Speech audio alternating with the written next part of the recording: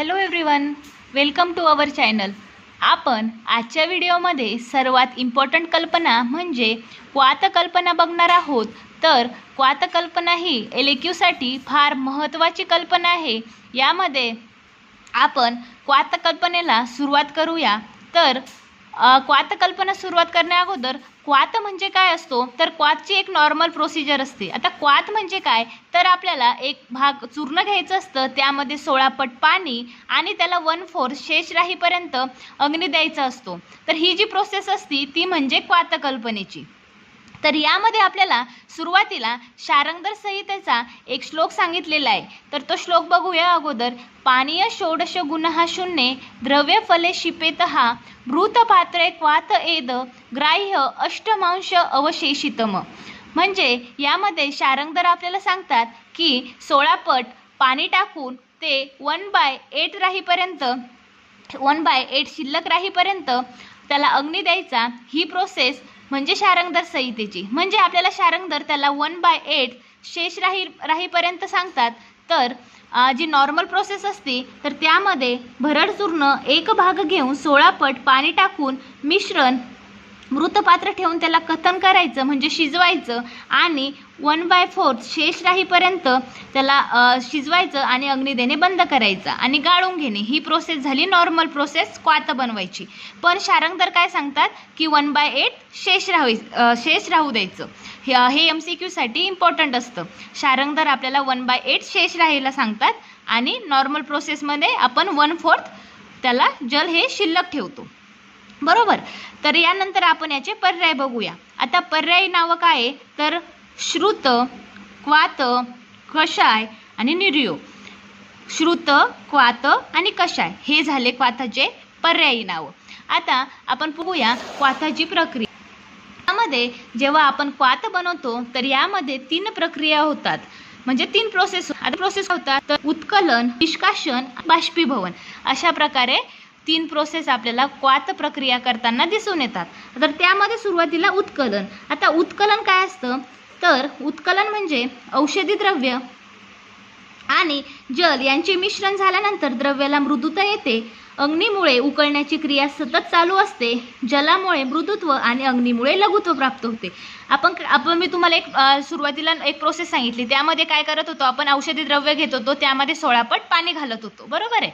मग त्यामध्ये 16 पट पाणी घातलं तर ते मिश्रण आपण काय करत होतो, अग्नीवरती ठेवत होतो आणि 1/4 शेष राहीपर्यंत आपण त्याला अग्नी देत होतो. तर यामध्ये जी उत्कलन प्रोसेस आहे ती म्हणजे काय असते, जे औषधी द्रव्य आहे आणि ते यांच्या मिश्रणामुळे त्या द्रव्याला मृदुता प्राप्त होती. बरोबर आहे. आपण त्याच्यामध्ये काय टाकलेलं आहे, 16 पट पाणी टाकलेले. मग जे औषधी द्रव्य येतं त्या द्रव्याला काय होतं, मृदुता प्राप्त होते. मग आपण त्याला अग्नी देतोय. मग त्या अग्नीमुळे काय होतं, उकळण्याची क्रिया सतत चालू असते.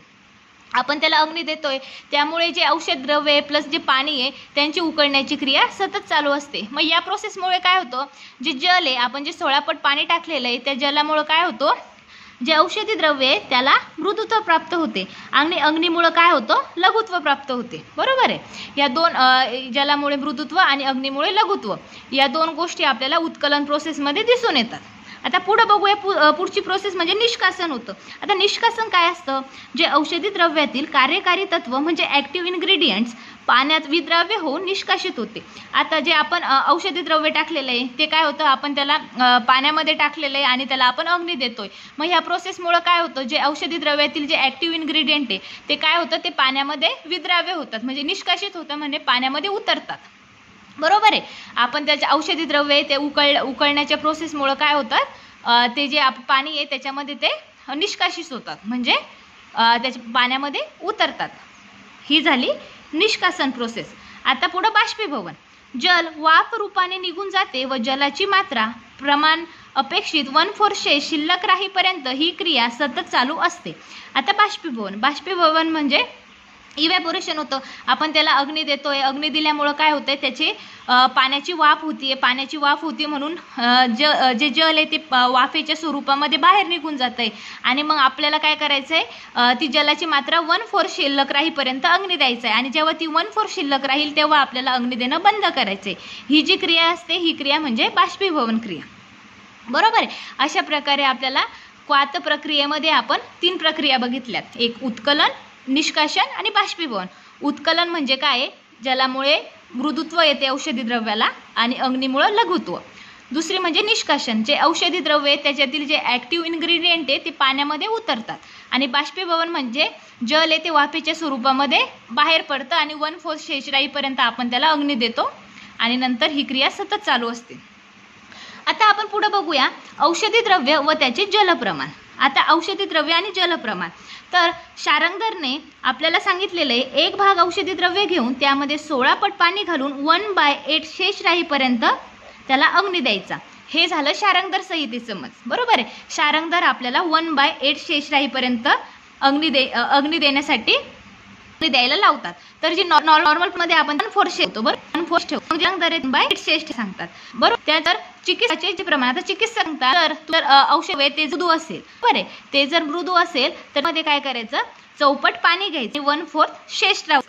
बरोबर आहे, आणि जर मध्यम द्रव्य असेल तर पट पाणी घ्यायचं आणि जर कठीण असेल तर 16 पट पाणी घ्यायचं. काय सांगितले चिकित्सकाने, मृदू द्रव्य असेल तर 4 पट पाणी, मध्यम द्रव्य असेल तर 8 पट आणि कठीण द्रव्य असेल तर 16 पट पाणी. अशा प्रकारे हे चिकित्सकाचे मत आहे ज्याला प्रमाण किती घ्या याविषयी. आता पुढे बघूया, शारंगधर आपल्याला सांगतात जर तुम्हाला हलका बनवायचं, बरोबर, जर तुम्हाला औषधी द्रव्याचा जर पाक बनवायचा असेल त्याला 1 शेष आणि जर पूर्ण पाक बनवायचा असेल त्याला 8 शेष ठेवा. 1/8 जे ठेवतो म्हणजे श्रेष्ठ असतो. तो पूर्ण पाक त्यामध्ये पाते जो क्वाथ होतोय त्या क्वाथ काय होतं, सारे बनतो, त्यामध्ये पण जे इन्ग्रेडियंट ते पण त्या क्वाथ आलेले असतात, त्यामुळे जो आहे तो पूर्ण पाक जो असतो तो श्रेष्ठ. असे शारंगधराचे मत आहे.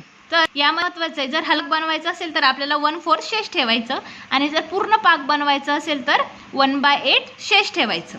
जो 1/8 असतो तो श्रेष्ठ असतो. का श्रेष्ठ असतो, तर यामध्ये क्वाथ हा पूर्ण सारयुक्त होतो, म्हणजे क्वाथामध्ये पूर्णपणे जे ॲक्टिव्ह इन्ग्रेडियंट आहे ते येतात. बरोबर, आता पुढे बघूया आपण क्वाथाचे प्रकार. आता क्वाथाचे आपल्याला 7 प्रकार सांगितलेले, हे एक इथं महत्त्वाचं आहे. तर 7 प्रकार कोणते, दीपनीय, पाचन, शोधन, शमन, तर्पण, क्लेदन आणि शोषी. हे दीपन पाचन आपण हे एक लक्षात ठेवू शकतो, दीपन पाचन, शोधन, शमन, तर्पण आणि क्लेदन. बरोबर, आणि हा एक शोषी एक वेगळा लक्षात ठेवायचा आहे, शोषी. अशा प्रकारे 7 क्वाथाचे प्रकार सांगितलेले. आता पुढे बघूया आपण त्याची कृती. आता जर क्वाथ बनवायचं असेल तर याची कृती काय असती, 1 भाग वनस्पतीज औषधी भरड चूर्ण घ्यावे. काय करायचं, 1 भाग वनस्पतीज औषधीचे भरड चूर्ण घ्यायचे. बरोबर, त्यामध्ये 16 पट पाणी टाकायचं. आपण काय करायचं, औषधीचं एक भरड चूर्ण घ्यायचं, त्याच्यामध्ये 16 पट पाणी टाकायचं आणि जे मिश्रण आहे ते आपल्याला अग्नीवरती ठेवायचे. अग्नी कुठला, तर मंद अग्नी ठेवायचा आहे, आपल्याला मंद अग्नी द्यायचा आहे. बरोबर, आणि 1/4 शेष राहिले असता क्वाथ निर्माण प्रक्रिया पूर्ण झाली असे समजावे आणि अग्नी देणे बंद करायचे. बरोबर, 1/4 शेष राहिले असता काय करायचं, अग्नी देणे बंद करायचा आणि मिळालेले द्रवपदार्थ क्वाथ यांना शीत व कोष्ण स्वरूपामध्ये याचा वापर करायचा. कृतीमध्ये काय करायचं, आपण 1 भाग वनस्पतीज औषधी चूर्ण घ्यायचं, त्यामध्ये 16 पट टाकायचं आणि जे मिश्रण आहे त्याला आपण वरती ठेवायचं आणि जे मिश्रण आहे ते 1/4 राहीपर्यंत करायचं, त्याला अग्नी चालू ठेवायचा. जेव्हा मिश्रण 1/4 शेष राहील तेव्हा अग्नी देणं बंद करायचा आणि जे आपल्याला मिळालेलं द्रव्य आहे म्हणजे जो क्वाथ आहे तो शीत किंवा कोष्ण स्वरूपामध्ये आपण त्याला यूज करायचा. ही जी प्रोसेस असते ती म्हणजे आपली कशाची प्रोसेस झाली, ही क्वाथ कल्पनेची. बरोबर, आता पुढे बघूया आपल्याला क्वाथ करताना उपयुक्त सूचना, म्हणजे क्वाथ करताना उपयुक्त सूचना ह्या सुद्धा आपल्याला पेपरमध्ये मेन्शन करायच्या आहे. बरोबर, तर यामध्ये काय सूचना सांगितलेल्या आहे, शुष्क व आर्द्र वनस्पती द्रव्याचे भरड चूर्ण घ्यायचे. शुष्क किंवा आर्द्र वनस्पतीचे द्रव्य आहे त्याचे भरड चूर्ण घ्यायचे. अग्नी जो आहे तो मंद अग्नी ठेवायचा, म्हणजे अग्नी हा तीक्ष्ण नको आहे. जर आपण तीक्ष्ण ठेवला तर जे आपले जे आपलं औषध द्रव्य आहे ते जळून जाईल किंवा त्याचं जे व्यवस्थित निष्काशन होणार नाही, जे त्याची औषधी जे मात्रा आहे ती त्या पाण्यामध्ये उतरणार नाही, त्यामुळे त्याला मंद अग्नीच ठेवायचं आहे. क्वाथ पात्रावरती झाकण ठेवू नये. मग जर आपण क्वाथ पात्रावरती झाकण ठेवलं तर मग त्याचं बाष्पीभवन होणार नाही, मग बाष्पीभवन होणार नाही तर मग ते 1/4 शेष राहणार नाही, म्हणजे आपली प्रोसेस आहे त्या प्रोसेसला अडथळा येईल. त्यामुळे काय करायचं, क्वाथ पात्रावरती झाकण ठेवू नये.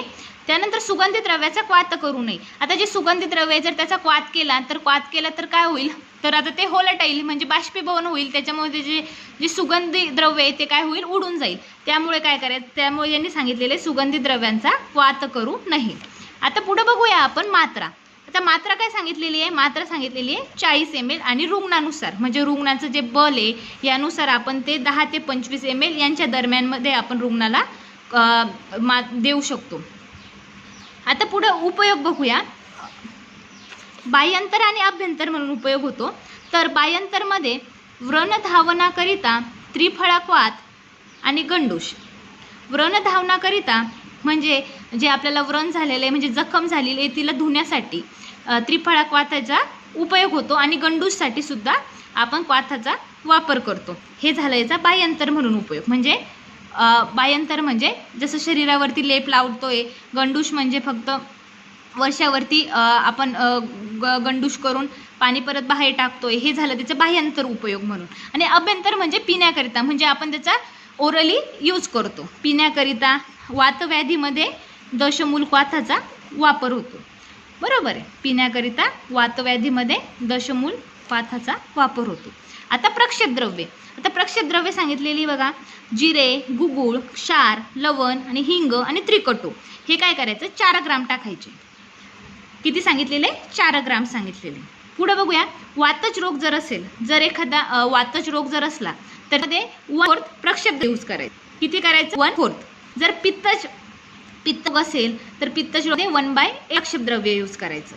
आणि कफ रोगामध्ये 1/16 प्रक्षेपद्रव्य यूज करायचं. पण यामध्ये एक एक्सेप्शन कसं सांगितलेलं आहे, तर मध. तर मधाचं कसं आहे, तर जर मध जर तुम्हाला यूज करायचं असेल तर जे वातज व्याधीमध्ये 1/16 करायचं, पित्तजमध्ये 1/8, कफजमध्ये 1/4. हे याचे सगळं ऑपोजिट झालं. यालाच काय करायचं, ऑपोजिट करायचं मधामध्ये. हे एक इथं लक्षात ठेवण्यासारखं आहे. जे मध आहे हे इथं एक्सेप्शन आहे. जर तुम्हाला मध यूज करायचं म्हटल्यानंतर हे सर्व याच्या ऑपोजिट करायचे. बरोबर आहे. आणि जर तुम्हाला दूध, घृत, गूळ, तेल, मूत्र, कल्क क्वाथामध्ये टाकायचं असेल तर ते किती टाकायचं, 12 ग्रॅम टाकायचं. किती, 12 ग्रॅम टाकायचं. आता आपण क्वाथाचे गुणधर्म बघूया. आता गुणधर्म कुठले, तर अग्नीची क्रिया प्रदीप्त काळापर्यंत होते म्हणून क्वाथामध्ये लघुत्व, दीपन, पाचन गुण येतात. बरोबर आहे. आपल्याला अग्नीची क्रिया आहे ही प्रदीप्त काळ म्हणजे खूप काळापर्यंत चालू असते. त्याच्यामुळं अग्नीमुळं क्वाथाला काय येतं, लघुत्व आणि दीपन, पाचन हे गुण क्वाथामध्ये येतात. अग्नीमुळं क्वाथ स्वरस कल्कापेक्षा टिकाऊ बनतो. अग्नीमुळं काय होतं, जो क्वाथ आहे तो स्वरस आणि कल्कापेक्षा टिकाऊ बनतो आणि याला लघुत्व प्राप्त होते. त्यानंतर अशा प्रकारे जे आपण त्याचे ते गुणधर्म बघितले. गुणधर्मामध्ये काय होतं, अग्नी आपण प्रदीप्त काळ देतो त्याच्यामुळं ते जे क्वाथ आहे त्याला काय होतं, लघुत्व आणि दीपन, पाचन हे गुण येतात. त्याचबरोबर अग्नीमुळं क्वाथ स्वरस कल्कापेक्षा टिकाऊ बनतो आणि लघुत्व प्राप्त होते.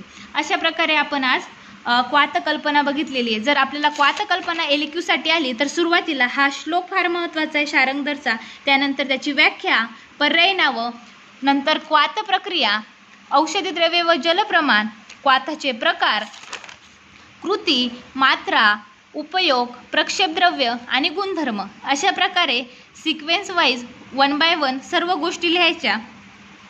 आणि परत पुढे बघूया. थँक्यू.